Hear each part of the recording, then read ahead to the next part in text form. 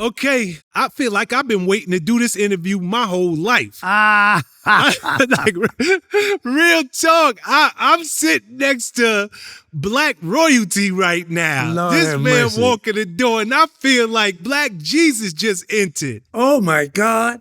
Let me say once again, I hate to cut you off. Thank you for this interview, because I heard that you do all of the best, all of the hip-hop people, all of them, and a lot of OGs. People call me OG, but you have been dealing with some real OGs, okay? And I appreciate you having me on your show, man. Absolutely, absolutely. I'm gonna tell you, because I want to intro you right, because I feel like I'm sitting in the midst of I mean, truth be told, and I know you hear this all the time, it feels like I've been knowing you my entire life. Like you feel that familiar to me. So you walking in the door, it feels like I said, Black royalty, Black Hollywood elite, Hollywood elite, actor, writer, comedian. I mean, this man singer, he does it all. As well. I'm a singer, composer as well.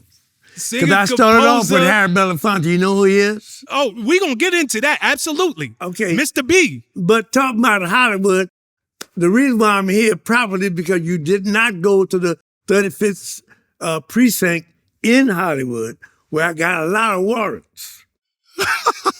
And I want to ask you, will this be shown in Louisiana? It will be shown all over the world, my brother. Oh, God, our sheriff is looking for my ass in Louisiana right now, okay? Because I got warrants there, too. I visit my hometown, New Orleans, about a couple of times a year, and I make sure I go there at night. Come on, man. You ain't got no open warrants down there. Yes, I do. Hold on. Can I finish this? Please welcome to Vlad TV, Mr. Garrett Morris. Garrett, what up, brother? Thank you very much. Thank you very much, Shawn. I appreciate it. Absolutely, absolutely. I'm looking forward to this interview. You're looking good. I told you offline. You're looking. You got the Black don't crack, brother. Like you really got it done right. You know what I say? I say, good black don't crack. Good brown stays around. Good yellow stays mellow. Good beige, it don't age. And good white is I. You know I ain't never heard that. I'm gonna copyright that, because somebody's gonna say they thought of it first. Exactly. Make sure you copyright Matter of fact, that I am copywriting it. Yes. Oh my God. Okay, let's take this thing back to the beginning. Yes. You from New Orleans. Gertown, New Orleans, which is the 19th ward. When you say Gertown, people think you're talking about another town. No, Gertown is the 19th ward in New Orleans, and there was a white guy named something Gert, and he got his name, but it was the 19th ward, and it was as bad as the 9th ward has a reputation for being, because people were getting killed every other night there. But I'm blessed to have been born. Now, I believe I was blessed to have been born in New Orleans, even if it was the 19th ward, because right now I see New Orleans as one of the greatest cities in this country. Yes, it is. Very different from any other city. Yeah, very different from any other city, and some of the best food on planet Earth. Oh my God, oh my God. And both of my grandmothers, matter of fact, all the ladies and some of the men in my family could lay it down. Because in New Orleans, some of the men cook as well as the women. And both my grandmothers, one of my grandmothers, my father's mother, has me hooked on crab cakes to this day. Because she, oh my God, she sit down crab cakes. But being born in Gertown, I was born the grandson of a Baptist minister whose name was Thomas Phillips, and his wife, my grandmother, Gertrude Phillips. Basically, I'm lucky that they were the ones who raised me from the time I was born to the time I was like 13. At 13, I went to my father's side of the family, which was tragedy. But the first 13 years, to this day, I give my grandfather credit for what I am now. Because as a minister, he would write his sermon during the week. That made him a writer. He would preach his sermon on Sunday. that made him an actor because he was one of those whooping preachers. He was also a singer. He had a beautiful tenor voice. He directed the junior choir and the senior choir that made him a director. And he was a composer who has a song right now. When you go to any Protestant church, those books in the back of the pews has a song my grandfather wrote called He's My Everything. So my grandfather was a writer, actor, singer, composer, director. What am I? I'm a writer, actor, singer, composer. Okay, I never directed, but I owe really what I am now largely to me emulating my grandfather. Wow. Yeah. And you said, what am I now? And I was about to say all the above. Yes. Like, wow. Yeah. How about that? Yeah. How about that? Did you sing in the choir? Oh, my God. He had me singing at the age of 4. Because I had one of those Vienna choir voices, right? So I was singing first tenor in a quartet that traveled around Louisiana, but also I sang in both the senior choir and the junior choir because I was musically, what's the word? Inclined. Yeah, from a very early age. So yeah, he had me doing it before I even walked down the aisle at 7 and became a Christian, which I am not now. I'm a Buddhist. But before I became a Christian even, I was already singing gospel music in a quartet at 4 years old. How about that? Yeah. You know, you just tapped on to something. We take you. I'm gonna bring it back there because I would love to know what made you convert from being a Christian to a Buddhist. That is a story. You want to know that story? Yeah, let's go into it. Okay.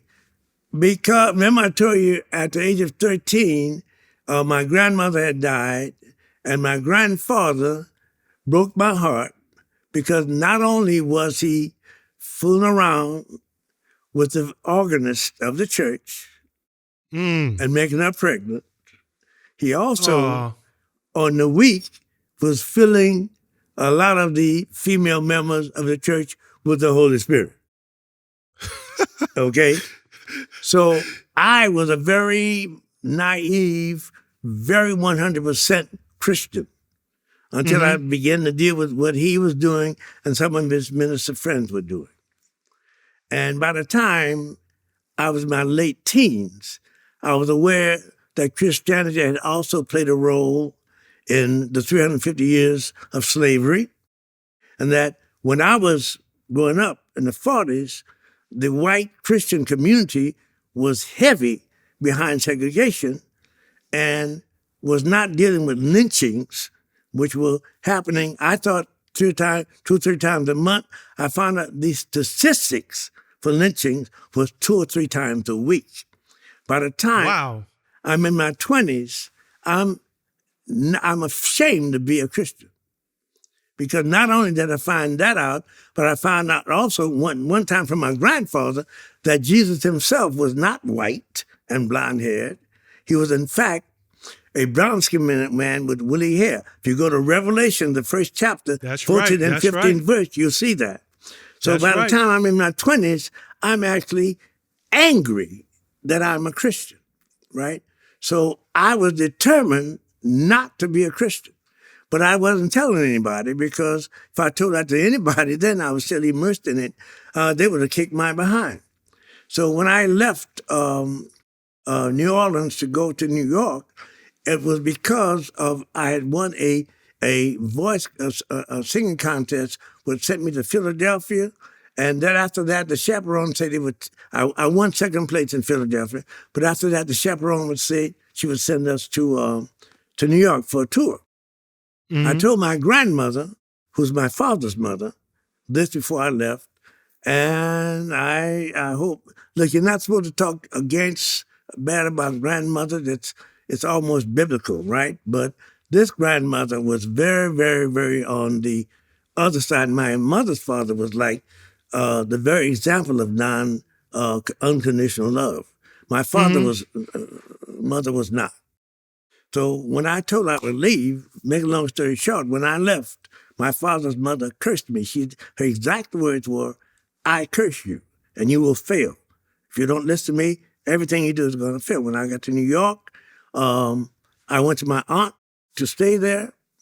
Boy, I'm telling you the truth. And my aunt had been called by my grandmother, and my grandmother told her not to let me stay there. Oh, no. So I wound up being put out on the street, and for the next 6 weeks to 2 months, I was homeless. Meanwhile, I had read a book by another Christian, Norman Vincent Peale.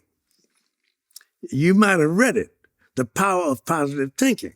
Absolutely. I read that book and became convinced that what he was really saying to me was that there was something inside of me that if I dealt with it, it would deliver me.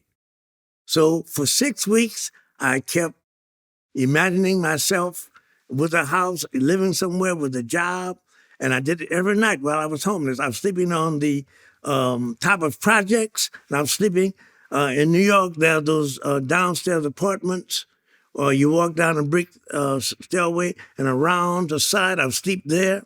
But every night, I'm imagining myself not homeless, with a house to stay in, with a job.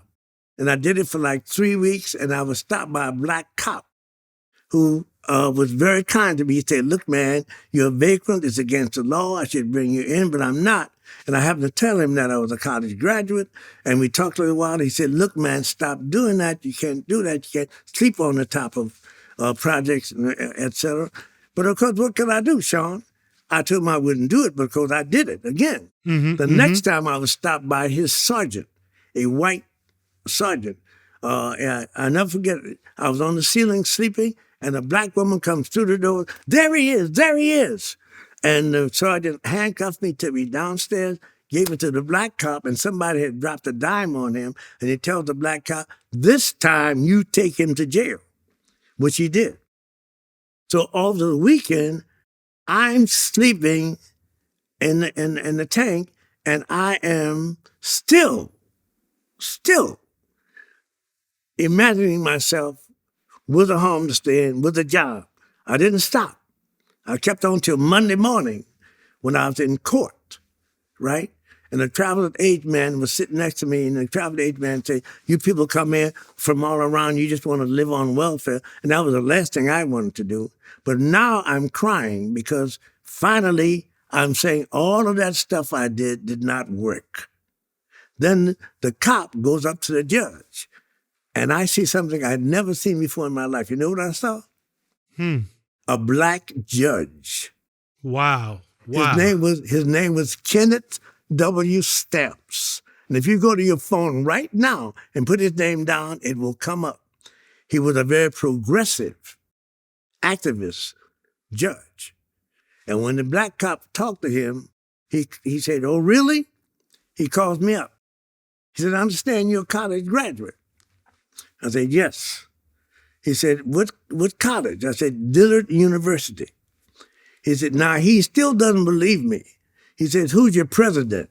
I said, "Albert W. Dent." And what I didn't know was, about 2 weeks before, Eisenhower, probably with me in mind, had called a convention of black college presidents and black lawyers. And he had met Albert W. Dent and knew I was telling the truth. And you know what he said then? "Take that boy to my chambers." And I went to his office, sat there crying now for another reason, because some epiphanies going on. And I realized that thing I had been doing was working. Sure enough, he comes to his office and he gets on the phone, doesn't say a word to me, gets on the phone, calls the YMCA, and they agreed to let me stay in the YMCA until I got a job. And when I went there, I was firmly convinced that there was something inside me. Actually, I was practicing a religion, Buddhism, and I didn't know that, because it took me a couple of decades later when I became a Buddhist. From my friend Art Evans. You know who Art Evans is? No. He was one of the stars of Soldier Story, and his wife, Babe Evans. But I didn't know that part of Nichiren Buddhism is imagery. You chant each morning, and each evening use the imagery about what you want to do, what goal you want. I didn't know that. I thought it was positive thinking. And for the next 2 to 3 decades, I used positive thinking in all of the stuff I did, not knowing until I met really got down with Art Evans that was a part of Nichiren Buddhism. I hope that serves not too long. What? That, No. What an amazingly beautiful story. Yeah. Matter of fact, I'm working on my autobiography right now. If Providence gives me enough time, I'm going to finish it. Oh, man, what an amazingly beautiful story. And I'm so happy you told it because somebody needs to hear this. Yeah, yeah.